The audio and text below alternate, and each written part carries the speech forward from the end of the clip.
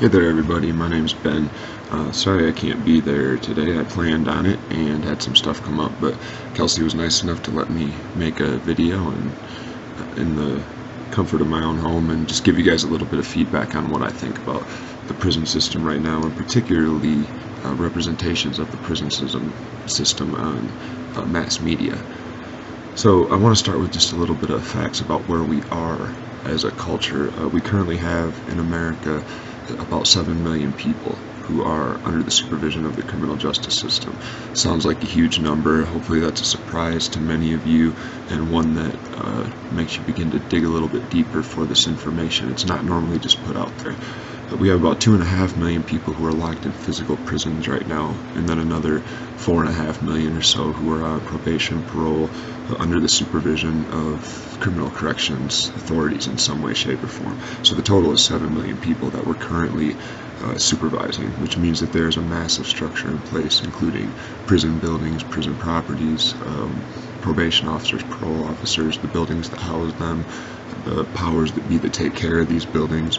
There's a massive structure in place that is feeding legitimate mouths based on this system. So that's important to keep in mind when we talk about 7 million people, the amount of money that is spent on that, which is now in the hundreds of billions of dollars a year that America spends on mass incarceration. A few of the numbers that go along with that I think are important to keep in mind is at one right now, as a lot of researchers have pointed out, Michelle Alexander being one of the big ones, but the Criminal Justice Department itself has recently verified the statistic that 1 in 3 black men will go to prison in their lifetime right now in America, unless something changes. Additionally, when we look at the numbers of black men on the street in America, there's about 12 to 13% black people that make up the population of America as a whole. And when we look at the percentages of men in prison in America, right now the numbers are between 37 and 38% of the American prison population of men is black. So there's some important things to remember here as we're even talking about the prison system, whether we're talking about the actual prison system itself currently in this country or whether we're talking about representations of it in mass media. I think it's important, first of all, to remember that we're talking about a system that is racialized and racist. It is very hard to talk about the prison system and criminality without continually repositioning race as pivotal to the conversation. In fact, when we realized that the prison system didn't exist and that modern police forces didn't even exist until after slavery was abolished in this country by the 13th Amendment, as close as it ever came to abolished. The 13th Amendment doesn't actually abolish slavery. If you read it close, it leaves a loophole for anybody who is convicted of a crime. This is in fact the roots of the criminal justice system that we see nowadays, and this is a large part and parcel of why we see such large numbers of black men and women, for that matter, proportionate to other races locked up in prison in this country. It's directly related to the fact that these policies stem from the abolition of slavery, and they were used as a way for ex-slave owners and plantation owners to re-implement the same sort of slave labor that was already there, but do it under the guise of different laws, under criminal labor, under convict labor laws, as opposed to slavery laws. So I think that's important to remember as we move forward in this discussion. In addition to that, nowadays we're in the midst of a newly elected candidate that ran on a platform of law and order, among other things.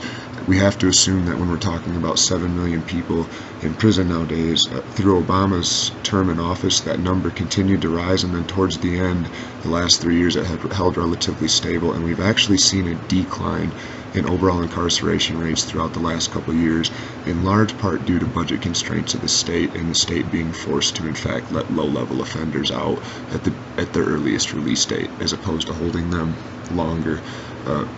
Now that we're seeing a law and order candidate elected, we're also seeing another co-occurring situation, which is the privatization of prisons. A lot of us don't realize this, but there's more than 100,000 people currently locked in this country that are in private prisons, which means these are prisons that are run for profit. And this sounds incredible, but what essentially happens is the state realizes that it pays about $25,000 or so a year per inmate on average, and that their bed space is filled up and they need to build new prisons because, as tends to happen, the population grows and prison numbers expand as a general rule, except for the last couple of years. These states for a while were out of money, and so capitalism stuck its head into this, and these private investors came along and offered to build prisons and to cover the cost of not only building but also running the prison, and they agreed to sign contracts where they would run them in accordance with state laws. But the deal was that instead of charging the state the $25,000 per inmate it paid, they could do it for an average of about $23,000. This sounded like a great deal at the state, so many of these states signed up for these deals. What has in fact happened is since then the private prison companies have managed to, on average, make about $15,000 that they put in their pocket per body that is in their prison. And they do this through a number of measures, but the largest is cutting corners. Donald Trump's election day showed a large increase in the stock options value of one of the largest private prison companies in this country, CoreCivic. So that's interesting to think about as we move forward with Law and Order, the fact that CoreCivic and a number of its investors, who happen to be large business owners as well and have large sums of money, these people have every reason right now to continue to lock up more and more men and women simply to continue to put money in their pockets.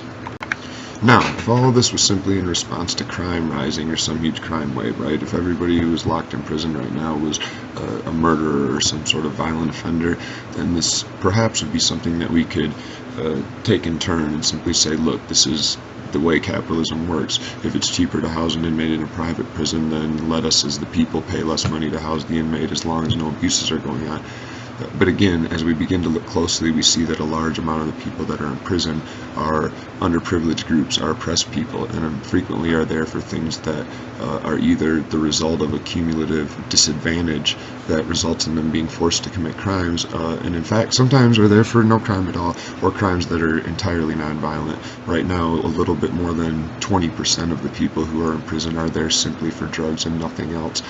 When you begin to tie in the things that people in our society are forced to do in an effort to get money for drugs, the numbers go through the roof, and some estimates put it as high as 60 to 65% of people who are in prison or jail right now are there simply as a result of an addiction to some sort of chemical substance. So again, when we talk about people who have every reason in the world monetarily to continue to lock more and more people up and to make stricter laws and to enforce longer and more stringent penalties and prison sentences on people, when they have every reason to do this and they make money, in fact, when these laws do get passed and when more people get locked up, it becomes very problematic. And again, it's important to keep that in mind as we move forward.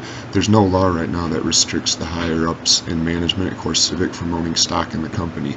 And again, when we consider that the prison system has grown proportionately in the last 30 years by leaps and bounds, it's important to keep in mind that if an owner or a higher-up at CoreCivic can implement policies that effectively double the size of the prison industrial complex, or even triple the size of the contracts that CoreCivic is eligible to receive, that stockholder stands to make huge sums of money, sometimes to double or triple their stock options. This is conflicting interest, obviously, but it's something that a lot of us don't know about because these things operate sort of in the shadows. Alright, so moving on to media representations of the prison industrial complex, which is what we really are here to talk about today. Specifically the readings that you guys had. I want to talk about The Orange is the New Black one. I've shied away from prison narratives and movies and such in recent years just because they tend to be quite glamorized representations, very violent a lot of times, or sexualized. But I really did appreciate, in this case, the double-edged sword of the white body being represented as an entryway into the prison complex, into this scary world that a lot of us never will see, and if we do see, it's typically not going to be from the perspective of an inmate, but rather as a visitor. The idea that they intentionally, Hollywood representations intentionally choose white, innocent-seeming or low-crime people to be the main characters in these dramas is an interesting way to look at it, because it does give people an ability to ride along, if you will, into those environments where otherwise they might not necessarily feel safe to do so. The double-edged sword, though, again, is that with all representations of anything, we get a skewed perspective. People don't want to watch a Hollywood representation of a real day in prison, because it would typically be 24 hours of nothing, very little movement. It's a drab environment with very little color, very little stimulation, very little entertainment whatsoever. So when we see representations, we all expect to have it distilled, to have it slimmed down to the good stuff, right, to give us the spectacle. And so the issue with this is that, particularly when we look at prison or other environments that we're not able to go into and double check, that we may be offered a perspective or a view from the Hollywood representation that is not accurate, but unfortunately we don't have the ability to double check. And so with prisons particularly, it becomes very easy to believe a lot of what we see as fact, or as at least based on fact. So we see the Shawshank Redemption, and we see scenes enacted of sexual assault, and we come to internalize these things as simply one more example of a reinforcement of the trope of prison as a sexual assault playground, a place where a large majority of men are, and women for that matter, are sexually assaulted, because again we see it reiterated in movies. This isn't to say that that isn't true, but it's to say that if it is true, it is also part of a larger system that self-reinforces. And nonetheless, when we watch these narratives as third parties, we internalize these things and we come to believe them.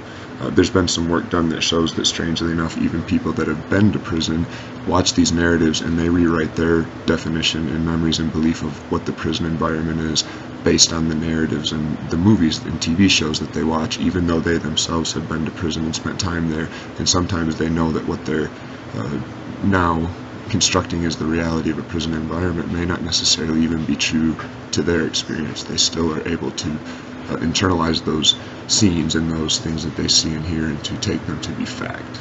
In a bit of a prison crisis right now, it's important to keep remembering that. Right now, somehow, we have allowed companies to get involved in criminal corrections that are making $22,000+ per inmate, and the state's only paying them about $23,000 to house these inmates per year. So something really funky is going on. We can talk about how that works and why that is the way it is. There's some private industry that's being incorporated into prisons that the companies are allowed to make money off. There's a lot of Wall Street investment that's now playing a part in this, but in general it's important to keep in mind that every single body that shows up in a private prison nowadays equates to $22,000 plus in investors' pockets. People have every reason to keep prisons booming. Because of this, it's important to keep what real prisons look like in mind as we consume narratives about prison spaces. Clearly, based just on what I said, prisoners are an oppressed group. There clearly is a big group of people in this country with money who would want more and more bodies in prisons indefinitely if they could keep this going. And it's important to recognize that, because if we're watching these narratives and assuming that what we see is true, or watching the monsters portrayed in Prison Break or on Orange is the New Black or on any Shawshank Redemption, and if we're taking these to heart and internalizing the people that have been to prison as monsters or as bad people or as incorrigible individuals, instead of seeing them as people who are typically victims of their surroundings. They are the product of cumulative disadvantages that left them in a position, traumatic experiences, poverty, all sorts of things that eventually through the life course lead people inclined to, or forced to at times, to commit crimes and then land them in prison. The prison environment itself does a lot of things to people that can force them to respond with violence or with other adaptive mechanisms. When we watch fictional portrayals that make light of these things, or that make everyone or a large portion of the people in prison look as if they are monsters or incorrigible, this would be my biggest issue with the prison narrative, is that there's something glamorous about prison in general in movies and on TV, and yet when we watch the people there, we are typically restricted to a few different types. And one is the almost always white, nearly innocent individual who is naive and victimized once they're there, and we ride along with this individual because we feel safe. And the majority of the remaining characters are either themselves monsters who have committed heinous crimes and continue to perpetrate violent acts, or they're saviors who come to the rescue of the white individual, the naive person, to let them know that they too can be redeemed. So Hollywood is Hollywood. It will always present things for us to consume as narratives that feed our desire for imagination and for narrative consumption. But again, it's important to keep in mind that as we consume these themes, sometimes they feed into a larger system of oppression.